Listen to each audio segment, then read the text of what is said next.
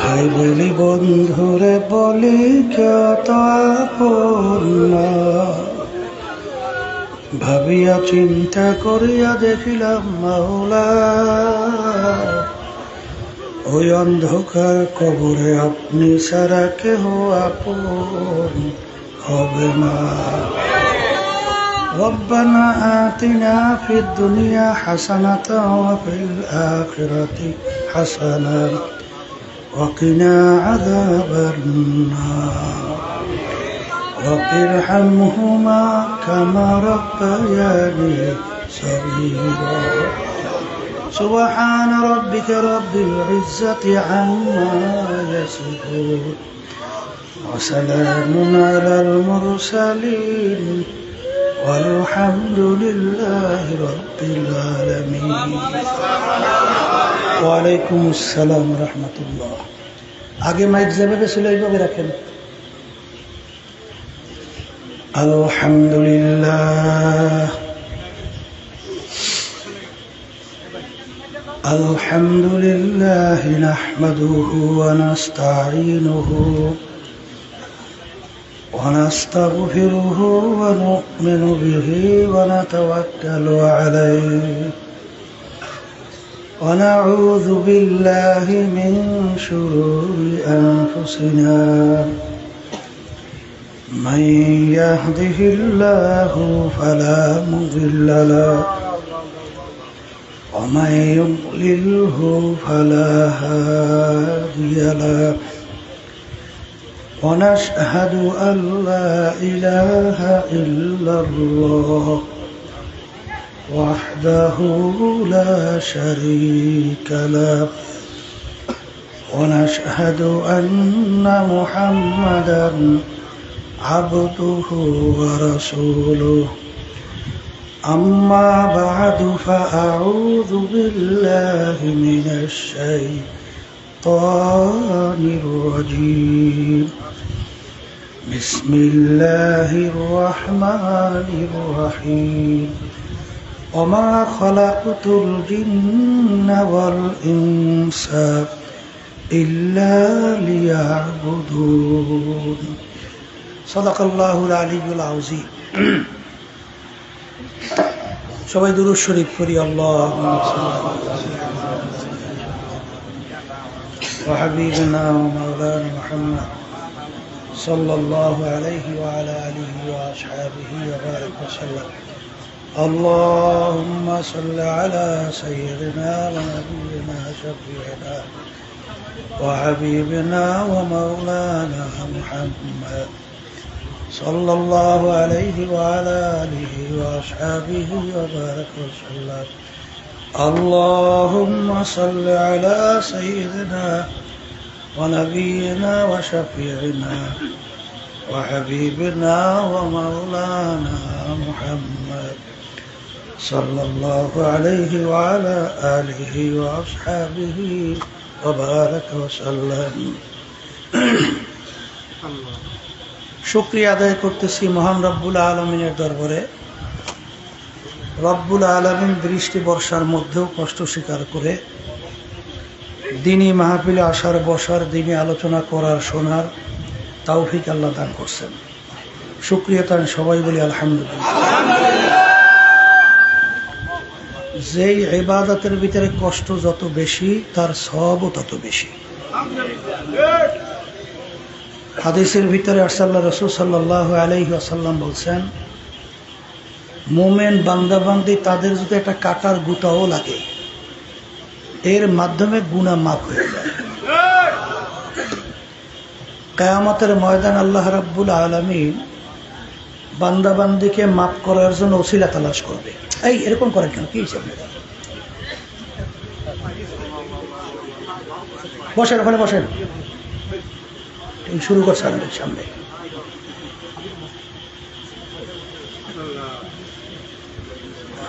বান্দার এমন কোন আমল নাই যেই আমলের উপরে ভিত্তি করে বান্দাকে মাফ করবে। আল্লাহ রাব্বুল আলামিন ফেরেশতাদেরকে বলবেন, দেখো তো আমার বান্দা কখনই হক্কানি আলেমদের সঙ্গে এক দাস্তারখানে মজলিসে বসছে কিনা। রব্বুল আলামিন জীবনে একবার পাওয়া গেছে, যা এই উসিলে আমি ওকে মাফ করে দিলাম। অনেক লোকের কানে মাহফিলের দাওয়াত পৌঁছার পরেও অনেকের সুযোগ ছিল, ইচ্ছা করলে মাহফিলে আসতে পারত, সুযোগ থাকার পরেও আসে নাই। আবার তালাশ করলে দেখবেন বহু দূর থেকে কষ্ট স্বীকার করে আমার অনেক ভাইরা এই মাহফিলে পাগলের মতো সুইটা চলে আসছে। মান জাদ্দা ওয়াজাদা, যে যেই জিনিস পাওয়ার জন্য চেষ্টা করে ওই জিনিসে পাইয়াও যায়। দাদাজান আব্বাজান চরমনার জমিনে ঘুমায় আছে। আমার আব্বাজান বলতেন, দিনই মাহফিলে প্রথম থেকে শেষ পর্যন্ত থাইকা বাড়ি বিদায় হয়ে চলে গেলে আমল নামার মধ্যে কমপক্ষে হলো 50 লক্ষ নেকি এরকম জমা হতেই পারে না।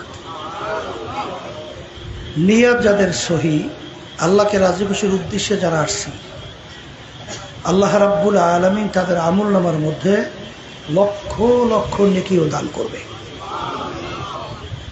এত নেকি পাওয়া যাবে জানার পরেও আশেপাশে রাস্তাঘাটে দোকানে বাজারে ঘরে অনেক আমার ভাইরা দুনিয়ার বিভিন্ন গল্পের ভিতরে লিপ্ত, কেউ টেলিভিশন সাইরা ড্যান্স গানে লিপ্ত, কেউ বিভিন্ন হারাম কাজে টাসের আড্ডায়, জুয়ার আড্ডায়, মদের আড্ডায়। সুযোগ থাকার পরেও তারা মাহফিলে আসে নাই। না আসার কারণ হিসেবে আব্বাজান রহমাতুল্লাহি আলাইহি বলতেন, বুঝের অভাব। কিসের অভাব? আর এই বুঝের জন্যই মাহফিলের ব্যবস্থা। আল্লাহ রাব্বুল আলামিনের কাছে দোয়া করেন, রব্বুল আলামিন আপনি আমাদেরকে দ্বীনের সহি বুঝ দান করেন। হাদিসের ভিতরে আসছে, আল্লাহ রাসূল সাল্লাল্লাহু আলাইহি ওয়াসাল্লাম বলছেন, মাই ইউরিদিল্লাহু বিহি খায়রান ইউফাক্কিহু ফিদ্দীন। আল্লাহ যাকে ভালোবাসেন, ইচ্ছা করেন, তাকে দ্বীনের সহি বুঝ দান করে। কিসের বুঝ দান করে? পাশাপাশি একটা কথা মনে রাখা লাগবে, হেদায়েত কিন্তু কোনো পীরের হাতে নাই, কোনো ওস্তাদ বা ওস্তাদদের হাতেও নাই, কোনো দলের নেতা নেত্রীর হাতেও নাই, কোনো বাবা বা কারো কাছে হাতে নাই। হেদায়েত কার হাতে? অনেকে মনে করে পীরের কাছে মুরিদ হয়েছি, বাবার দরবার আসা যাওয়া করি যথেষ্ট, পীর বা বাবা আমাকে নাজাত করে জান্নাতের ব্যবস্থা করবে। সবাই বলেন না নাউযুবিল্লাহ। পীর তো ভালো কথা, পীরের বাবারও কোনো ক্ষমতা নাই যে কাউকে নাজাত করে জান্নাতের ব্যবস্থা করবে। তো বলতে পারেন, হুজুর তার পীরের কাজটা কি? পীর একটা ফার্সি শব্দ, আরবিতে বলা হয় মুর্শেদ, বাংলা অর্থ হলো পথ প্রদর্শক। আপনি বরিশালের রাস্তা চেনেন না, যে আপনাকে বরিশালের রাস্তা চিনাবে সেই হইল পীর। কিন্তু ওই পথে চলা বা না চলার দায়িত্ব আপনার এবং আমার। আর মানজিলে মাকসুদে পৌঁছাবার মালিক হলো আল্লাহ। তাই পীরের কাজ হলো পথ দেখানো। বলেন, পীরের কাজ কি? এখন পীর যে পথ দেখাবে, নিজের মন গড়া কোনো পথ দেখাতে পারবে না? পারার কারণ তাও তো জানা লাগবে।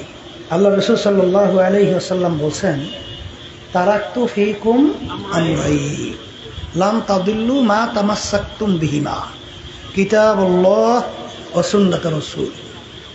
আল্লাহ রাসূল সাল্লাল্লাহু আলাইহি ওয়াসাল্লাম বলছেন যে আমি তোমাদের কাছে দুইটা জিনিস রেখে গেলাম, যদি তোমরা দুইটাকে মজবুত করে ধরতে পারো তোমরা ধ্বংস হবে না, জাহান্নামে যাবে না। কয়টা? একটা কোরআনুল কারীম, আল্লাহর কিতাব, আর একটা হলো সুন্নাহ। যারা বলেন কথা ঠিক না বেঠিক? এক কথায় যেই পীর বা যেই মুরব্বী, যেই ওস্তাদ, যেই বাপমা, যেই দলের নেতা আপনাকে আমাকে কোরআন এবং হাদিস অনুযায়ী পথ দেখাবে, সেই মুরব্বীর কথা আমরা মানব। আর কোরআন এবং হাদিসের বাহিরে সে যে হোক না কেন, যদি বাপ মাও হয়, কারো কথা মানা যাবে না। বলেন, কারো কথা। মানা যাবে সে যে হোক না কেন, যদি বাপ মাও হয়। কথা ঠিক না? এই জন্য আমার ভাইদেরকে বলবো, পর্দা আলে মা বোনরা তারা শুনতেছেন, তাই পীরের কাজ হলো পথ দেখানো, এবং পীর বা মুরব্বী যে আপনাদেরকে কোরআন এবং হাদিস অনুযায়ী পথ দেখাবে, এই পথটা চেনবে কারা এবং সেই পথ অনুযায়ী চলবে কারা এবং দিন সম্পর্কে বুঝবে কারা? বলেন যারা মানুষ। বলেন কারা কারা?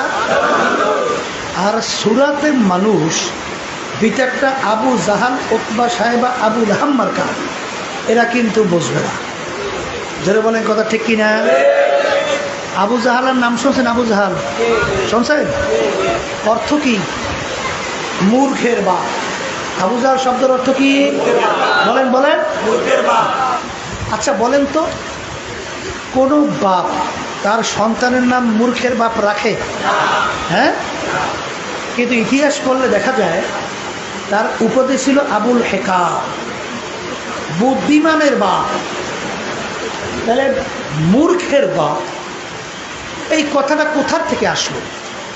কে লকব দিল? কে উপাধি দিল? বলেন আল্লাহ এবং আল্লাহ রসুল। আবু জাহাল ওর উপাধি দিয়েছে মূর্খের বাপ। কেন দিয়েছে? সংক্ষেপ, আকল মাদে সারা বছর আছে, যে নাকি জ্ঞানী হয়, অল্প কথার মাধ্যমে সে পুরো বিষয়টা বুঝতে পারে। আচ্ছা, দুনিয়াটা কি স্থায়ী না ক্ষণস্থায়ী? সবাই মুখ খুলে বলেন। আচ্ছা, কেমন ক্ষণস্থায়ী? অনেকে তো আমরা চিন্তাও করি না। আল্লাহ রসুল সাল্লাল্লাহু আলাইহি ওয়াসাল্লাম আলী রাদিয়াল্লাহু তাআলা আনহুকে বলছেন, আলী তুমি মউতকে কত দূরে মনে করো? আলী রাদিয়াল্লাহু তাআলা বলছিলেন, হে আল্লাহর রসুল সাল্লাল্লাহু আলাইহি ওয়াসাল্লাম, আমি যখন নামাজ পড়ার জন্য ওযু করতে যাই তখন আমি খেয়াল করি যে আমার জীবনের শেষ ওযু এইটাই হতে পারে। সামনের রক্তের নামাজের জন্য আর ওযু করার সুযোগ নাও পাইতে পারি। আল্লাহ রসুল, আমি মউতকে এরকম মনে করি। আল্লাহ রসুল সাল্লাল্লাহু আলাইহি ওয়াসাল্লাম বলেন, আলী তুমি তো ভুল করছো, মৃত্যু তো এত দূরে না। এক নামাজ থেকে অন্য নামাজ আসতে মাঝখানে অনেক সময়ের ব্যবধান আছে না নাই? কিন্তু মৃত্যু তো এত দূরে না। তুমি যখন নামাজের ভিতরে ডান দিকে সালাম ফিরাও তখন তুমি খেয়াল করো আমি বাম দিকে সালাম ফিরাতে পারি কিনা। এই হলো দুনিয়া। এরকম ঘটনা দুই একটা বাংলাদেশ সহ তামাম দুনিয়া আল্লাহ দেখায় না? পটুয়াখালী জেলা, এই সেখানে একটা থানা গলাচিপা, চরবনের একজন মুজাহিদ ফজরের নামাজ পড়ার জন্য মসজিদে গেছে। ইমাম সাহেব মসজিদের ফজরের সময় আসে নাই। লোকজন তাকে ইমামতির জন্য সামনে যখন দিল, ফজরের 2 রাকাত ফরজ নামাজ পড়ার পরে যখন ডান দিকে সালাম ফিরেছে, বাম দিকে আর সালাম ফিরাতে পারে না। এরপর দেখা গেল আল্লাহর বান্দার দুনিয়াতে না। মুরাদে ইউনিয়নের সদস্য সাহেব, দুমকি কলেজ মাঠে আমি মাহফিল করতেছিলাম। ওই সফরের প্রথম দিন সদস্য সাহেব আমাকে বলতেছিল, হুজুর আপনি যখন মাহফিলে যাবেন আমার বাড়ির পাশ দিয়েই যাবেন, হুজুর নাইমে একটু দোয়া করিয়া যাবেন। আমি বললাম সময় হয় কিনা। আমি পরদিন যখন রওনা করলাম দেখি লোকজন নিয়ে আল্লাহর বান্দা অপেক্ষা করতেছে। আমি বলতেছি, এখানে রাস্তায় বসে দোয়া করে দিলে হয় না? বলে, হুজুর আল্লাহর কুতুব ফজলুল করিম রহমতুল্লাহি আলাইহি, তাকেও হুজুর কখনো নামাতে পারি নাই, আপনাকেও পারবো না। এমনভাবে কথাটা বলল, না নাইমার পারি নেই। তাড়াহুড়া করে নাইমে যখন গেলাম, ওই সফরের শেষ মাহফিল দুমকি কলেজ মাঠ, মুরাদে ইউনিয়নের সদস্য লোকজন নিয়ে মাহফিল আসছে। এশার নামাজ 2 রাকাত হয়ে গেছে, তৃতীয় রাকাতে প্রথম নাজারি দ্বিতীয় সেজদায় গেছে, আর ওঠে না। এরপর ঘোষণা হয়ে গেল দুনিয়াতে আর নাই। আমি শোনার পরে তাড়াহুড়ো করে দেখতে গেলাম, যাইয়ে দেখে মনে হয় যেন এখন মাত্র ঘুমাইয়া দিস। এই হলো দুনিয়া। কথা ঠিক না বেঠিক? আর আখেরাতের জিন্দেগি বলেন যার শুরু আছে আর কোনোদিন শেষ নাই। বলেন আখিরাতের জিন্দেগি যার শুরু আছে আর কোনোদিন শেষ নাই। কেমন শুরু শেষ নাই? আল্লাহ রাসূল সাল্লাল্লাহু আলাইহি ওয়াসাল্লাম একটা উদাহরণ দিয়ে বলছেন, তাম দুনিয়া যদি একটা গোডাউন বানাও, গোডাউন চেনেন তো? চেনেন না? এই জমিন থেকে আসমান, পশ্চিম থেকে পূর্ব, উত্তর থেকে দক্ষিণ, জমিন থেকে আসমানের দূরত্ব আজ পর্যন্ত কেউ হিসাব করে বের করতে পারছে? কথা বলেন, পারছে? তবে কিছু কিছু অনুমান করা যায়। বর্তমানে বৈজ্ঞানিকরা আবিষ্কার করছে, আমরা যে সূর্যটা দেখতেছি, এই সূর্যটা নাকি দুনিয়ার থেকে দূরত্বে আছে 9,30,00,000 মাইল। কত দূরত্বে? 9,30,00,000 মাইল দূরে আছে। শোনেন, অনেক তো ইংরেজি বাংলা একটু শিক্ষায় শিক্ষিত হইয়া এক শ্রেণী আমার বাজানরা ধরাকে সরা জ্ঞান মনে করেন না, আলেম ওলামাদেরকে অনেক সময় গালিও দেন, সুযোগ পাইলে মারতেও চান। আবার অনেক সময় একটু বাইরিয়া বলে কি, হুজুররা এই দেশটারে খাইলো, হুজুররা এই দেশটারে খাইলো। আচ্ছা, হুজুরেরা দেশটারে খাইলো একটা জুলুমের কথা না? আচ্ছা, প্রেসিডেন্ট থেকে শুরু করে এলাকার চৌকিদার পর্যন্ত কোথায় হুজুররা দায়িত্ব পালন করে? এটা মুখ খুলে কথা বলে, করে? তাহলে দায়িত্ব পালন করে কারা? খাজুরেরা। বলেন কারা? আপনারা বলেন, বলেন। আচ্ছা, দেশ চালাইলো খাজুরেরা, দেশ হুজুরেরা খাইলো কিভাবে? কিভাবে খাইলো? দেশ যে কারা খাইছে তা তো আমরা পেপার পত্রিকা খুললেই দেখি। শুধু দেশ খায় নাই, গ্রামে একটা কথা আছে, খাইয়া যোগাযোগ করে ফেলছে।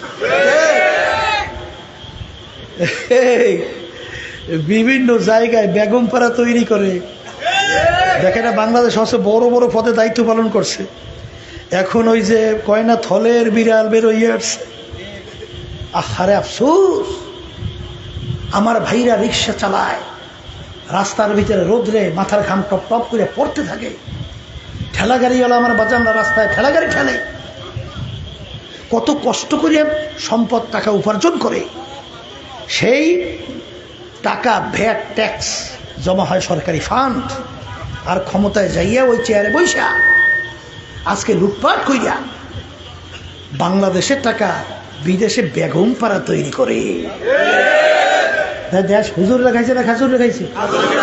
হ্যাঁ, দেশ হুজুররা খাইলো কিভাবে? এই হুজুরদের বিরুদ্ধে এত ক্ষিপ্ত কেন? কারণ বোঝেন নাই? বুঝছে? বর্তমানে বাংলাদেশে যে শিক্ষা সিলেবাস চালু করছে, ক্লাস 1 থেকে শুরু করে MA ক্লাস পর্যন্ত,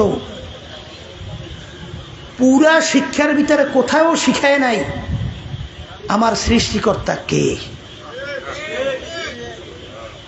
আমি কোথার থেকে আসছি, কোথায় আসি, কোথায় রওনা করব।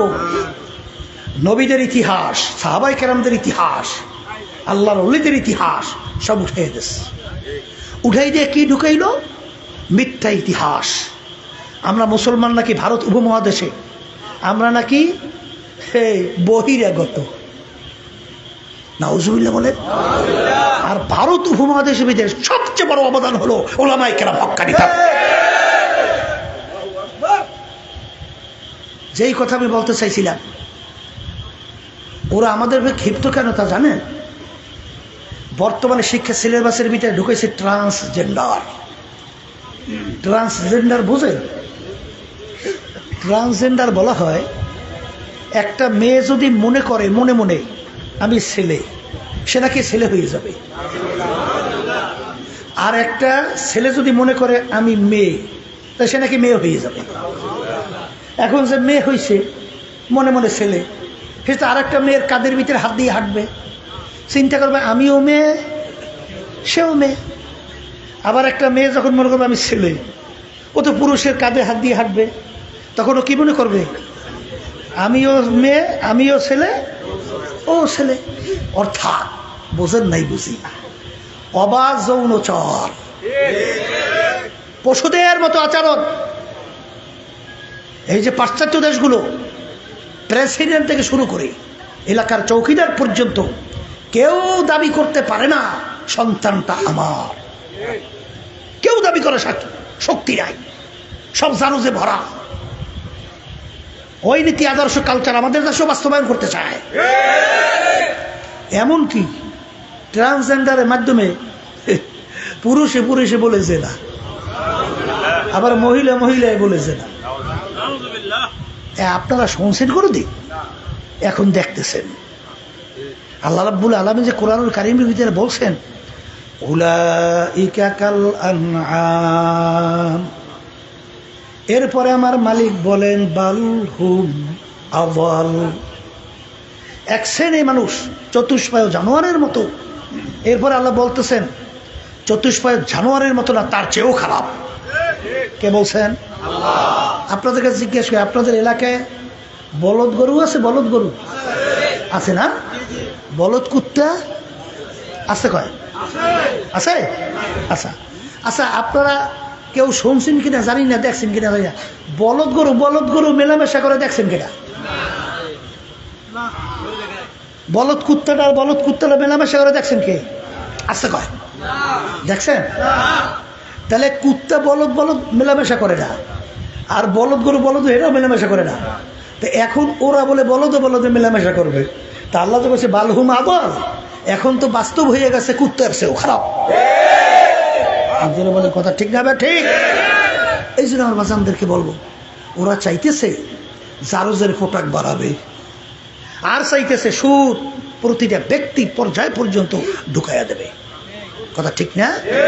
এখন এইটা তো হুজুররা বলে যে আল্লাহর বান্দারা যারা ঈমান আনছো, মুসলমান হইছো, যারা আখিরাত বিশ্বাস করো, খবরদার, আল্লাহ এটা নিষেধ করছে, আল্লাহ রসুল নিষেধ করছে, এই পথে হাঁটা যাবে না, এই কাজটা করা যাবে না।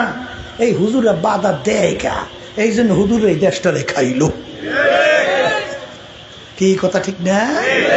আমি আমার ভাইদেরকে বলবো, পর্দা আলে মা বোনদেরকে বলবো, যে এই কথা আমি বলতে চাইছিলাম, যে আমাদের এই আলোচনাগুলো এইটা বুঝবে যারা মানুষ। আবু জাহাল মার্কা, ওতবা সাহেব আবুল আহাম মার্কা, এটা কিন্তু আমাদের আলোচনা বুঝবেও না, সেই অনুযায়ী চলবেও না। যারা বলেন কথা ঠিক কিনা? তাই বুঝবে বলছিলাম কারা? আবার মুখ খুলে বলেন। এখন এই কথার মাধ্যমে আমি মূলত বুঝাতে চাই যে আসলে মানুষের সুরত আকৃতি হইলেই মানুষ হওয়া যায় না। বলেন বলেন বলেন, মানুষের সুরাত আকৃতি হইলেই মানুষ হওয়া যায় না। যদি হওয়া যেতই, কবি এক কথায় বুঝাতে যেয়ে বলছিলেন, গর্বা সুরাত আদমে সাবুদে আহমাদু বুদু জেহলে হাম এক সাবুদে। আল্লাহ রাসূল সাল্লাল্লাহু আলাইহি ওয়াসাল্লামকে দেখতে, আবু জাহালকে দেখতে, চোখের দিক থেকে, হাতের দিক থেকে, পায়ের দিক থেকে, অঙ্গ কোনো প্রত্যঙ্গে পার্থক্য ছিল? আল্লাহর হাবিবের চক্ষু মুবারক কয়টা? আবু জাহিলের চক্ষু। আল্লাহর হাবিবের কান মুবারক, আবু জাহিলের কান। পায়ের দিক থেকে কোনো পার্থক্য? কিন্তু আল্লাহ রাসূল সাল্লাল্লাহু আলাইহি ওয়াসাল্লামের নাম শুনলে দুরূদ শরীফ পড়া ওয়াজিব হয়ে যায়, না পড়লে গুনাহ হয়। আর আবু জাহালের নাম শুনলে আমাদের জবান থেকে কি বের হয়? লানাতুল্লাহি আলাইহি, আল্লাহর গজবের উপরে পড়ছে, আরো বেশি বেশি পড়ুক। দেখতে সুরাতে অঙ্গ প্রত্যঙ্গে পার্থক্য নাই। সমাজের ভিতরে এক শ্রেণী মানুষ, তাদের আচার আচরণ ব্যবহার চরিত্র এত ভালো, মানুষ খুশি হয়ে মন্তব্য করে লোকটার চরিত্র ফেরেশতার মতো। কি আপনাদের এলাকায় আছে না? আবার এক শ্রেণী মানুষ, ওদের আচার আচরণ ব্যবহার চরিত্র এত খারাপ, মানুষ মন্তব্য করে লোকটার চরিত্র কুত্তার চেয়েও খারাপ। আছে? আচ্ছা, যার কথা বলছে ফেরেশতার মতো আর যার কথা বলছে কুত্তার চেয়েও খারাপ, দেখতে অঙ্গ প্রত্যঙ্গে পার্থক্য কি? বলেন বলেন, মুখ খুলে বলেন। আছে আছে আছে। তাইলে বোঝা গেল যে অঙ্গ প্রত্যঙ্গে কোনো পার্থক্য নাই, কোন একটা জায়গায় জানি পার্থক্য আছে। কথা ঠিক। সেই পার্থক্যটা বুঝাবার জন্যই, বুঝবার জন্যই এই মাহফিলের ব্যবস্থা। যেটা বলেন কথা ঠিক কিনা? আল্লাহ রাসূল সাল্লাল্লাহু আলাইহি ওয়াসাল্লাম বলেন, আলা ওয়া ইন্না ফিল জাসাদি মুদগাহ ইযা সালুহা সালুহাল জাসাদু কুল্লুহু ওয়া ইযা ফাসাদাত ফাসাদাল জাসাদু কুল্লুহু আলা ওয়া হিয়াল কলব। আল্লাহ রাসূল সাল্লাল্লাহু আলাইহি ওয়াসাল্লাম বলেন, প্রত্যেকটা মানুষের ভিতরে আল্লাহ রাব্বুল আলামিন একটা গোশতের টুকরা দান করছে। কি টুকরা? বলেন আবার। আল্লাহ রাসূল সাল্লাল্লাহু আলাইহি ওয়াসাল্লাম বলেন, ওই গোশতের টুকরা যার ভালো হয়ে যায়, এক পর্যায়ে ওই মানুষটা ফেরেশতার চেয়েও সম্মানিত হয়ে যায়। আর ওই গোশতের টুকরা খারাপ হতে হতে এক পর্যায়ে ওই মানুষটা কুত্তা, শিয়াল, শুয়োরের চেয়েও খারাপ হয়ে যায়। ওই গোশতের টুকরার নাম হলো কলব। বলেন গোশতের টুকরার নাম কি? এই মুখস্থ করেন, কি নাম? এক কথায় বলেন, যার কলব ভালো সে ভালো মানুষ। বলেন, যার কলব খারাপ সে খারাপ মানুষ। কথা ঠিক? এখন আমার ভাইদেরকে বলবো, পর্দার আড়ালের মা বোনরা যারা শুনতেছেন, কলব ভালো কইরেই দুনিয়ার থেকে বিদায় নিয়ে কবরে যাওয়া লাগবে। কারণ বেহেশতে যাওয়ার জন্য আমরা সবাই আশা আছে না নাই? আসতে কয়তো জাহান্নাম থেকে বাঁচার জন্য সবাই আশা আছে। তাহলে যদি বেহেশতে যেতে হয়, আল্লাহ রাব্বুল আলামিন বেহেশতে যাওয়ার জন্য শর্ত লাগাইছেন যে বেহেশতে আইতে হলে শর্ত পূরণ করে যাওয়া লাগবে। শর্ত কি? ইল্লা মান আতাল্লাহা বিকলবিন সালিম। পরিচ্ছন্ন সুস্থ কলব ছাড়া আল্লাহ বলতেছেন আমার পবিত্র জায়গা বেহেশতের মধ্যে হবে না। কে বলছেন? এক সূরার মধ্যে আল্লাহ রাব্বুল আলামিন প্রায় 9টা কসম করার পরে বলেন, ক্বাদ আফলাহা মান যাক্কাহা ওয়া ক্বাদ খাবা মান দাসসাহা। যারা কলবকে পরিষ্কার করতে পারবে তারাই কামিয়াব হবে, নাজাত পেয়ে জান্নাতে যাবে। আর যারা কলবকে পরিষ্কার করতে পারবে না তারা ধ্বংস হইয়া জাহান্নামে চলে যাবে। তাহলে কলব পরিষ্কার করা এটা কি ফরজ না ওয়াজিব না সুন্নাত? এটা মুখ খুলে বলেন, আবার মুখ খুলে বলেন। দরকার আছে না নাই? এখন আপনার কলব পরিষ্কার হয়েছে কি হয় নাই? আসলে আমিনু কামা আমানান নাস। আল্লাহ রাব্বুল আলামিন বলেন তোমাদের বিশ্বাসটা ওই ধরনের হওয়া লাগবে সাহাবায়ে কেরামরা যেভাবে বিশ্বাস করছিল। কারা? আবার বলেন, সাহাবায়ে কেরাম যেভাবে বিশ্বাস করছিল। শোনেন, আল্লাহর ওলিদের ইতিহাস পড়েন, তারা কলব পরিষ্কার করার জন্য কি কি পদক্ষেপ গ্রহণ করছিল। বলকের বাদশাহ ইব্রাহিম বিন আদহাম রহমাতুল্লাহ আলাইহি বাড়ির দরজায় মুসাফির বাদশার সঙ্গে দেখা করবে, পাহারাদার ঢুকতে দেয় না। বলছে না, বাদশার সঙ্গে আমি দেখা না কইরা যাব না। বাদশা ডাক দিয়ে বলে ছাড়ো। মুসাফির যাইয়া বাদশাকে সালাম দেয় আর বলে, বাদশা রে, আপনার এই মুসাফির খানায় আমি একটু থাকতে চাই। এই কথা শোনার পরে বাদশা টকবক হয়ে রাগ হয়ে উঠছে। বলতে গেলে মাথার রক্ত পায়, অর্থাৎ পায়ের রক্ত মাথায়। এই বোকা, কি বলছো? এইটা আমার রাজসিংহাসন, এইটা আমার স্থায়ী বাড়ি, তুই এইটাকে মুসাফিরখানা বানাইছো? তুই তো আমার ইজ্জত নষ্ট করছো। মুসাফির ডাক দিয়ে বলে, হযরত ভুল হলে মাপ চাই। স্থায়ী বাড়ি কাকে বলে, মুসাফিরখানা কাকে বলে? বাদশা বলে, বাড়ির দরজায় ঘর দেখছো? দেখছি, ওইটা হইল মুসাফিরখানা। বাচ্চা মুসাফিরখানা কি পরিচয়? পথিক রাস্তায় চলতেছে, সন্ধ্যা হয়ে গেল, স্থায়ীভাবে রাত্রি যাপন করলো, পরদিন ভোরে উঠে তার গন্তব্যের দিকে চলে যায়। এইভাবে অস্থায়ীভাবে আসে যায়, তাকে বলে কি? মুসাফিরখানা। বাদশাহ স্থায়ী বাড়ি কাকে বলে? কলেজ যেখানে সব সময়ের জন্য মানুষ বসবাস করে। তখন মুসাফির বলে, বাদশা রে, তাহলে দুনিয়া সৃষ্টির পর থেকে মনে হয় আপনি এই বাড়িতেই আছেন। দুনিয়া সৃষ্টির পরে এর থেকে মনে হয় আপনি বাড়িতে আছেন। বাদশা ডাক দিয়ে বলে, ওরে বোকা না, আমার আগে ছিল আমার আব্বা। বাদশা, আপনার আব্বা কোথায় গেল? বলে, আমার আব্বা তো দুনিয়া থেকে বিদায় নিয়ে কবরে চলে গেছে। তখন মুসাফির ডাক দিয়ে বলে, বাদশা রে, আপনার আব্বা কি আর আসবে না? তখন বাদশা কয়, ওরে বোকা মুসাফির, একবার যদি মানুষ দুনিয়া থেকে বিদায় নিয়ে কবরে চলে যায় আর কোনো দিন আসে না। বাদশা, আপনার আব্বার আগে কে? আমার আব্বার আগে দাদা। সেই কোথায়, সেও তো কবরে। কলে সেও কি আসবে না? না সাহেব, সেও কোনোদিন আসবে না। বাদশাহ, আপনি মনে হয় চিরজীবন থাকবেন। কলে ও পাগল বোকা মুসাফির, কুল্লু নাফসিন যায়িকাতুল মাউত, মানুষ মরণশীল, আমি একদিন দুনিয়া থেকে বিদায় নিয়ে কবরে যাব। কলে আপনিও কি আসবেন না? না, আমিও কোনোদিন আসবো না। তখন মুসাফির ডাক দিয়ে বলে, বাদশাহ আপনি আমাকে বলছেন বোকা, আসলে বড় বোকা তো আপনি।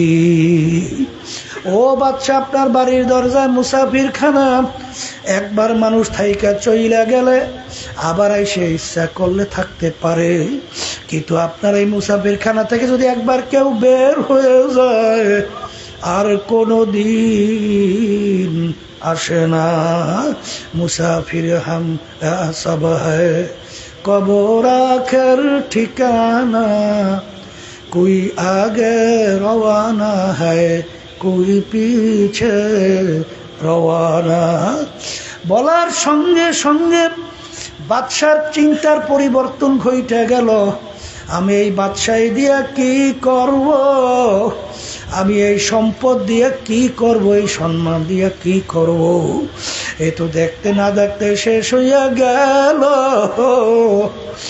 আখারে এই সম্পদ, সম্মান, বাড়ির অট্টালিকা দিয়ে আমি কি করব? বাদশাহ চিন্তা করার পরে তিনি বের হয়ে গেল আখেরাতের স্থায়ী জিন্দিগি, যার শুরু আছে আর কোনোদিন শেষ নাই।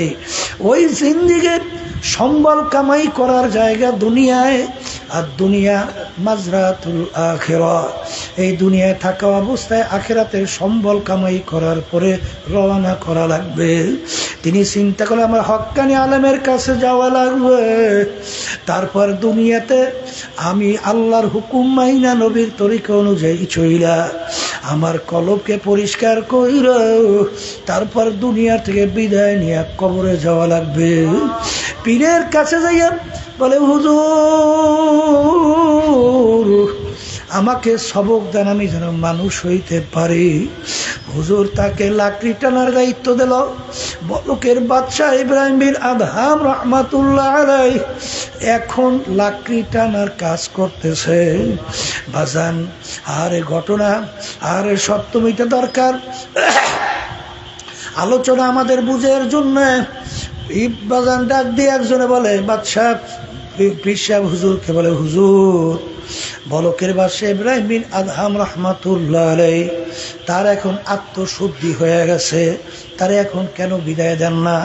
সে বলে, ইব্রাহিম বিন আদহাম এখনো বাদশাহী বলতে পারে নাই। বলে কিভাবে বলতে পারে নাই? যে লাকড়ির বোঝা বাঁধে তাকে বলল, লাকড়ির বোঝা একটু বড় করে বাঁধবা যেন তার নেতে কষ্ট হয়। আর যে লাকড়ি ধইরা নামায় তাকে বইলা দিল সহজে লাকড়ি নামাবা না। যখন লাকড়ি নিয়ে গেল, বলে ভাই আমার বড় কষ্ট হয়েছে, একটু লাকড়ি বোঝা তাড়াতাড়ি নামান। বলে ভাই একটু ধৈর্য ধরেন, কাজটা শেষ করে নেই। এক পর্যায়ে যখন ধৈর্যের বাঁধ ভেঙে গেল, ডাক দে বলে, ওরে খবিস, আজকে যদি আমার বাদশাহী থাকতো তোকে আমি ব্যাট মাইরা শিক্ষা দিয়ে দিতাম কিভাবে মানুষের কাছে ছলচাতুরি করো। তখন পীর সাহেব হুজুরে বলে, দেখো